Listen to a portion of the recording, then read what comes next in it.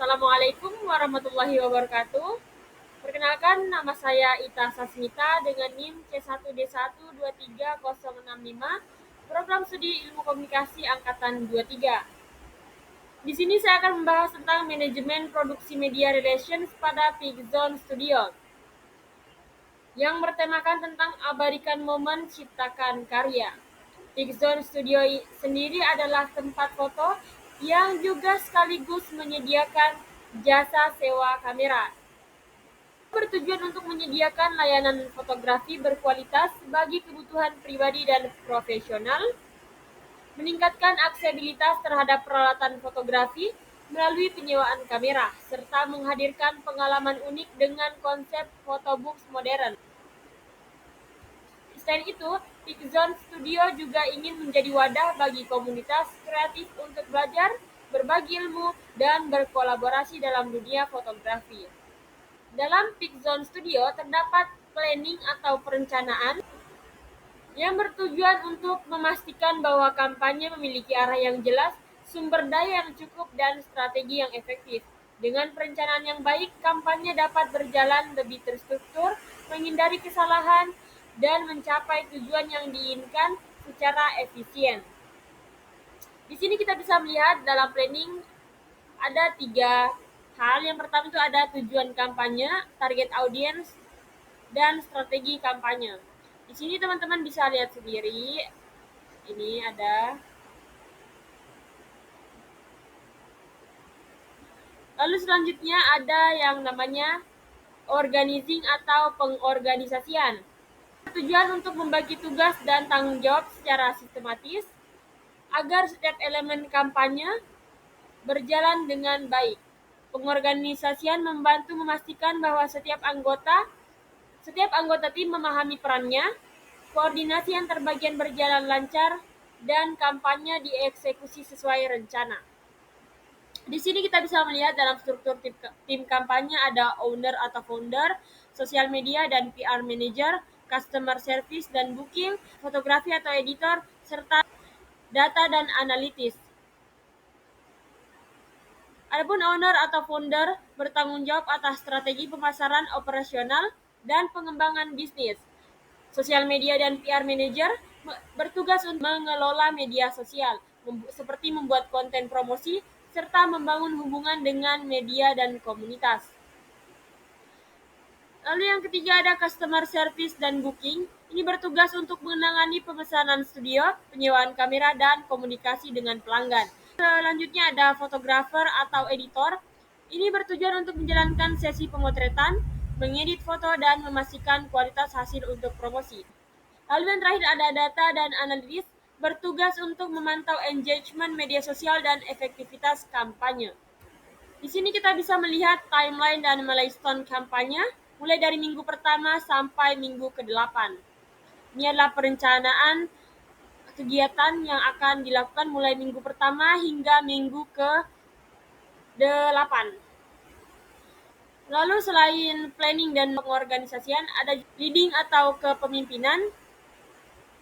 Tanggung jawab atau pemimpin kampanye ini tuh dia memastikan strategi pemasaran konsisten di media sosial dan offline, menjalani komunikasi dengan pelanggan awal dan komunitas lokal untuk membangun reputasi yang baik. Lalu ada menanggapi kritik dan saran pelanggan dengan cepat agar layanan terus membaik. Peakzone Studio akan berusaha untuk fast respon dan tidak slow respon ya teman-teman. Lalu di sini ada gaya kepemimpinan yang digunakan dalam Peakzone Studio itu ada partisipatif dan adaptif. Di mana partisipatif berarti memberikan kesempatan kepada tim dan pelanggan untuk memberikan masukan. Lalu selanjutnya ada adaptif, di mana pemimpin siap menyesuaikan strategi sesuai dengan respons pelanggan. Lalu terdapat juga strategi manajemen krisis. Sini kita bisa melihat, jika ada kritik tentang kualitas layanan, Peakzone Studio akan merespon dengan meningkatkan layanan dan memberikan transparansi terkait peralatan yang disewakan. Jika perlu, Peakzone Studio akan menawarkan sesi ulang dengan gratis atau potongan harga bagi pelanggan yang kurang puas. Yang kedua ada jika engagement media sosial rendah, Peakzone Studio akan meningkatkan interaksi organik dengan pelanggan seperti repost hasil foto pelanggan, mengadakan giveaway kecil dan membalas komentar lebih aktif. Dan terakhir ada jika media mengkritik harga sewa yang dianggap mahal, Pixzone Studio akan menampilkan perbandingan harga dengan kompetitor serta menonjolkan keunggulan layanannya. Lalu selanjutnya ada controlling atau pengendalian.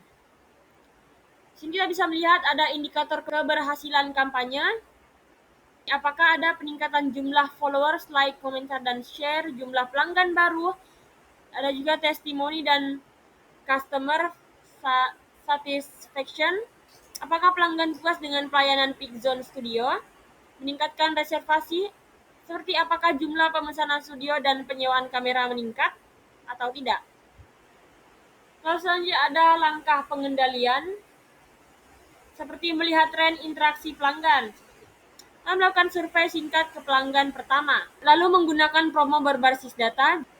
Jika pelanggan lebih suka paket tertentu, Pixzone Studio siap melakukan promosi yang lebih.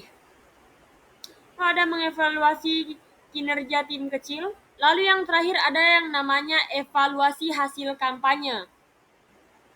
Setelah Pixzone Studio melakukan beberapa hal tadi seperti planning, pengorganisasian, leading, dan controlling, di sini kita bisa melihat bahwa engagement media sosial meningkat 30%. Ini menunjukkan bahwa audiens mulai tertarik dan berinteraksi dengan konten Pixzone Studio. Yang kedua ada feedback positif, pelanggan meningkat 15%, sementara keluhan menurun, menunjukkan perbaikan dalam layanan dan edukasi pelanggan mulai efektif. Lalu yang ketiga ada liputan di komunitas fotografi dan forum lokal meningkat 40%. Ini menandakan kampanye berhasil menarik perhatian target pasar. Lalu yang keempat ada tindak lanjut, di mana Pixzone Studio meluncurkan fitur baru seperti pemesanan melalui online. Ini memudahkan pelanggan dalam menyewa kamera dan studio secara digital. Jadi teman-teman sekalian, kalau mau pesan, tidak perlu datang langsung ke Pixzone Studio, cukup pesan melalui online, cukup chat akun Pixzone Studio resminya saja. Lalu ada analisis SWOT kampanye Pixzone Studio. Ini ada kelebihan, kekurangan, peluang, dan ancaman. Di sini kita bisa lihat faktor internal daripada kelebihan dan kekurangan, yaitu pada kelebihan atau strength. Di sini faktor internalnya adalah menyediakan layanan foto studio dan sewa kamera dalam satu tempat. Ini memudahkan pelanggan mendapatkan layanan lengkap. Ada peralatan fotografi berkualitas untuk hasil foto yang profesional. Strategi pemasaran digital yang menarik dengan promosi aktif di media sosial. Ada juga kolaborasi dengan fotografer dan influencer lokal untuk meningkatkan kredibilitas. Pelayanan pelanggan fleksibel dengan sistem pemesanan online. Ini kelebihan daripada Pixzone Studio ya teman-teman. Lalu ada kekurangannya, di mana di sini brand awareness masih rendah karena Pixzone Studio ini masih usaha baru dan belum banyak dikenal oleh orang-orang. Yang kedua ada persediaan kamera untuk disewa masih terbatas, sehingga pilihan pelanggan lebih sedikit. Lalu ada budget promosi masih terbatas, sehingga sulit menjangkau audiens yang lebih luas dalam waktu singkat. Ada ketergantungan pada media sosial yang bisa berubah tergantung algoritma platform. Adapun kalau pada bagian peluang dan ancaman, pada peluang atau opportunities, di sini ada tren fotografi dan konten digital semakin meningkat, sehingga permintaan studio dan sewa kamera bertambah. Kesempatan kolaborasi dengan komunitas fotografi dan content creator bisa meningkatkan exposure Pixzone Studio. Ada event seperti pernikahan, pre-wedding, dan acara korporat memerlukan jasa fotografi profesional. Ada teknologi digital mempermudah pelanggan dalam pemesanan layanan seperti booking online. Adapun ancamannya di sini bisa kita lihat persaingan dengan studio foto dan rental kamera lainnya yang sudah lebih dikenal di pasaran. Karena Pixzone Studio masih usaha baru ya, jadi kayak masih banyak orang-orang yang akan datang itu lebih sering mempertimbangkan seperti misalnya ada juga yang di sana, jadi lebih kesan daripada ke Pixzone Studio. Jadi saranku teman-teman, kalian datang dulu ke Pixzone Studio, lalu berilah rating kalian. Jangan lupa beri rating yang baik-baik agar Pixzone Studio bisa terus maju dan berkembang.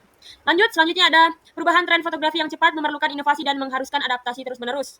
Risiko kehilangan atau kerusakan kamera yang disewa pelanggan yang bisa menyebabkan kerugian finansial. Lalu kritik pelanggan atau ulasan negatif bisa berdampak pada reputasi Peakzone Studio. Jadi kalau misalkan teman-teman sekalian ingin mengkritik, usahakan kritik yang membangun ya teman-teman, bukan kritik yang malah menjatuhkan Peakzone Studio. Yang terakhir ada kesimpulan, dengan kampanye Peakzone Studio, abadikan momen ciptakan karya. Peakzone Studio dapat pertama meningkatkan kesadaran brand melalui strategi pemasaran organik dan kolaborasi dengan komunitas fotografi. Yang kedua ada membangun kepercayaan pelanggan dengan layanan studio berkualitas dan sistem pemesanan online yang praktis. Ketiga ada menarik perhatian media dan komunitas dengan engagement media sosial yang meningkat. Strategi ini memperkuat posisi Peakzone Studio sebagai solusi fotografi yang profesional, mudah diakses, dan mendukung kreativitas pelanggan dengan mengabadikan momen terbaik mereka, momen terbaik teman-teman. Jadi, jangan lupa datang ke Peakzone Studio. Oke, terima kasih.